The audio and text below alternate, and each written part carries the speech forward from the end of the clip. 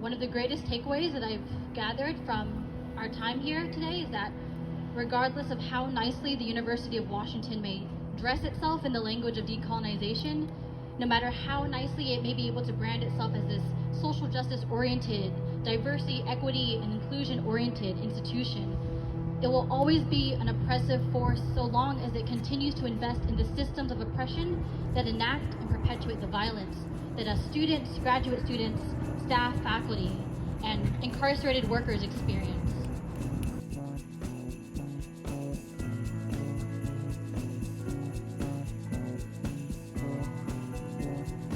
Hi, my name is Emma Wilson. I use she, her pronouns, and I'm a graduating senior at the University of Washington. In my time at UW, I've been a student worker for housing and food services and an organizer with UW United Students Against Sweatshops. This project is the product of student organizing and activism, specifically of members of USAS asking ourselves what abolition looks like in a university setting, in an institution so invested in capitalism and carcerality. For over a year now, USAS has been waging a campaign around UW's investment in prison labor. When I joined, the campaign was transitioning due to the fact that we were moving online. In the move online, we were unable to do on-campus actions as would usually occur, so we had a lot more time to think about what we were really demanding in this campaign, what our goals really were. So this project is the result of us asking ourselves questions like, what is the true scope of UW's involvement in the carceral state, and where are other entry points for student organizers to shrink this involvement? My research question in its final form is, how are higher education institutions connected to the carceral state, and what examples of these connections can be found at the University of Washington? It is my hope that in beginning to answer this question, I can help illuminate ways for members of the UW community to hold this institution accountable. Much of the historic and current labor to hold UW accountable and radically change the institution has been led by Black students and students of color. In this project, I hope to uplift their work and labor and inspire more folks to organize and mobilize against the consistent failures of UW to be a safe learning environment for all students. Thank you for listening and learning. I'll now move on to the main components of the video. First, I will unpack the historic connections between higher education and carcerality. Then I'll explain why the reach of the prison system and higher education institutions have expanded under neoliberalism. And finally, I will connect this context to a case study of the University of Washington. This project is firstly about higher education institutions, specifically public universities. To study the public university now, it is also important to study the origins of the university. Many universities founded between the 1600s and 1800s were done so using wealth accumulated from slavery and the brutal conquest of land occupied by indigenous people. LaPaperson says in their book, A Third University is Possible, that land accumulation as institutional capital is likely the defining trait of a competitive, modern-day research university. Accumulation of land is a frequent practice in today's society, often not seen as inherently violent. It is imperative to remember that all of the land we exist upon in North America was violently stolen via genocide of indigenous people in the name of white supremacy in order to assimilate indigenous people and expand settlers' wealth and power. The colonization of lands was also inherently carceral, as white colonizers invested in imprisonment, spurring a phenomenal carceral boom by broadly caging a diverse cast of native landholders and racialized outsiders, variously criminalized, policed, and caged, as illegitimate residents trespassing on their white settler society, according to Fernandez in their book.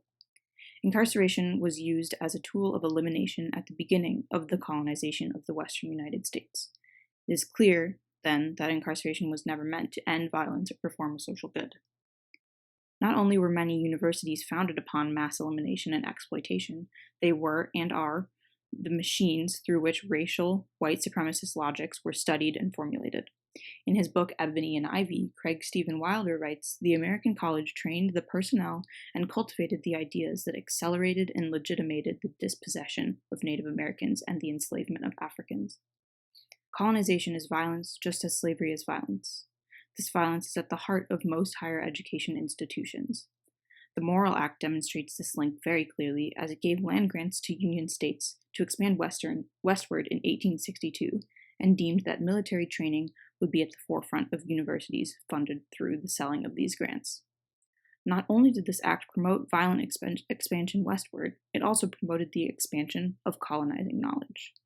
LePaperson describes this purpose of land-grant universities saying that the prioritization of settler colonial technologies, agricultural and mechanical engineering, not to mention military tactics, reflects how land-grant universities were commissioned as part of the empire's self-making project of the United States. These sources make it very transparent that universities in America cannot be separated from the American history of slavery and conquest, just as policing cannot be separated from its origin as slave patrol. It is important to remember that chattel slavery and colonization were the product of systems that were never abolished. Capitalism and neoliberalism require continued cycles of violent accumulation of resources in order to maintain themselves. The next sources I draw from connect the modern university to its roots and demonstrate that you cannot separate an institution from its history. At this point, I want to make the connections between the carceral state, the university, and neoliberalism very clear. To start this process, here is a definition of the carceral state from Ruby Tapia, a professor at the University of Michigan. The carceral state encompasses the formal institutions, operations, and economies of the criminal justice system proper, but it also encompasses logics, ideologies, practices, and structures that invest in tangible and sometimes intangible ways in punitive orientations to difference, to poverty, to struggles, to social justice, and to the crossers of constructed borders of all kinds. This is slightly different than the prison industrial complex, which critical resistance defines as the interlocking systems of imprisonment, surveillance, and policing as a response to political, social, and economic problems. The prison industrial complex refers more to the connections between industry, profit, and incarceration, while the carceral state is much more abstract. It encompasses all that is carceral in our society, and the existence of this term asserts that carcerality is everywhere. I now want to explain why incarceration has become a pillar of American society. While the early history of incarceration in America cannot be separated from its function as a way to exploit labor after slavery was abolished, and its laws that are still inherently anti-Black, this alone does not account for the way that the prison system has expanded in the U.S. Ruth Wilson Gilmore explains in her article, Globalization and U.S. Prison Growth, that prison expansion is a result of crisis and surplus of finance capital, land, labor, and state capacity, produced by late-stage capitalism. According to Gilmore, the money made during wartime was what made the welfare state of the 1960s possible. This welfare state was slowly eroded because corporations recognized that their profits were decreasing at the end of the post-World War II economic boom. So they waged what Gilmore calls tax revolts in order to reduce the taxes they paid, which in turn reduced capital available for social programs.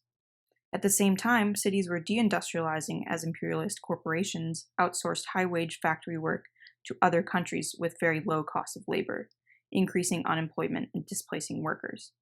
This marks a shift of the state's selective help from focusing on labor to focusing on capital. During this time of high unemployment, there was also a surplus of investable cash in the public sector and a surplus of land as farmers were forced out of business by debt. There was an influx of cash in the public sector because investing in government bonds was a profitable investment, yet they also had limited options on where to spend this money due to the tax revolts being waged by wealthy white people. Gilmore brings all of these surpluses into the context of prison expansion, saying that the state rebuilt itself by building prisons fashioned from surpluses that the emergent post-Golden Age political economy was not absorbing in other ways. What this means is that policing and incarceration were politically safe options for the state to invest in because wealthy white people saw these institutions as services that benefited them, unlike those of the welfare state. Incarceration is then a tool of the state meant to disempower the working class and contain the surplus population that is inherently created by crises of capitalism. Surplus population being anyone who was pushed out of work by a condition of capitalism itself. Christian Parenti says that this method of dealing with surplus works far better for those in power than the welfare state of the 1960s because the criminal justice crackdown and its attendant culture of fear absorbs the dangerous classes without politically or economically empowering them. Parenti also argues that the criminal legal system is able to maintain structural racism in a far less explicit way under the guise of crime reduction and safety. The purpose of this project is to make transparent the connections between the carceral state and higher education institutions. This makes discussing neoliberalism imperative, as this economic system has pushed the public university further into the private realm and created more explicit connections between the university and the carceral state, while also expanding the reach of both of these institutions. David Gilbert defines neoliberalism as reducing government help for the poor, opening up the country to foreign investment and goods, and leaving social and economic decisions to the market. Our neoliberal political economy has changed the way public universities operate in important ways, like privatizing research, deunionizing staff, and the general decrease of state funding pushing the university into corporate contracts. As universities act more like for-profit companies, they look for the cheapest options in their supply chain, which often includes investing in the prison industrial complex. The same products of neoliberalism that caused prisons to expand exponentially also contributed to the expansion of the corporate university. In his article, When Universities Swallow Cities, DeVary Baldwin illustrates how this same restructuring, discussed by Gilmore, has made universities into the political and economic powerhouses they are today. Universities have taken over many major cities for a variety of reasons. Many universities are tax-exempt, have nonprofit status, and therefore do not pay taxes on their property. Universities also took part in shaping urban areas that were divested from in the wake of deindustrialization. So, the connection between neoliberalism and expansion is that as universities receive less public funding, they must seek new ways to generate capital in the for-profit realms of labor, healthcare, and land control. Since the university has become an increasingly important institution of economic growth, it has been pushed into closer connection with the prison and military industrial complexes, as any large corporation under capitalism would be. These are the contradictions of the corporate university. It received tax breaks for being a public good, while tuition costs continue to soar, and it is seen as an objective public good, yet serves and represents the interests of business and defense. When I began this research, I first compiled a network of all of the various roles I could find that UW plays within the carceral state. While I chose to spend much of my time on performing contextual research and investigating a few key roles, it is still important to mention that there is much more to be investigated than I will cover.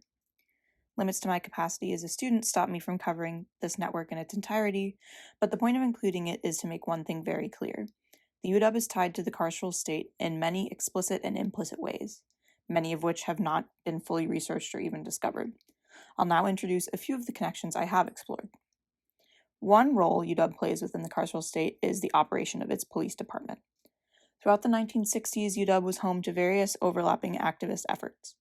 The American Students' Union protested against the Vietnam War and the existence of the ROTC on campus, while the Black Student Union demanded that the UW implement programs to make the university more accessible to minoritized students.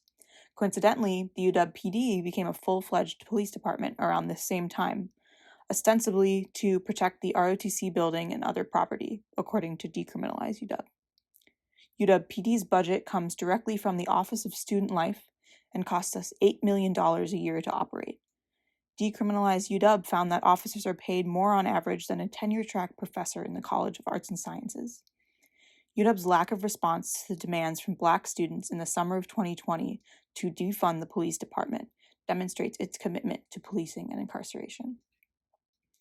Another explicit connection between the UW and the carceral state is the relationship between UW and correctional industries. UW has spent over $11 million on CI furniture since 2002. All of the furniture in the newer dorm expansion has been made and installed by incarcerated workers. Correctional industry is the revenue-generating arm of the Department of Corrections. And on its website, it says it is a unique blend of business and government, using private industry tools and techniques to provide a public service.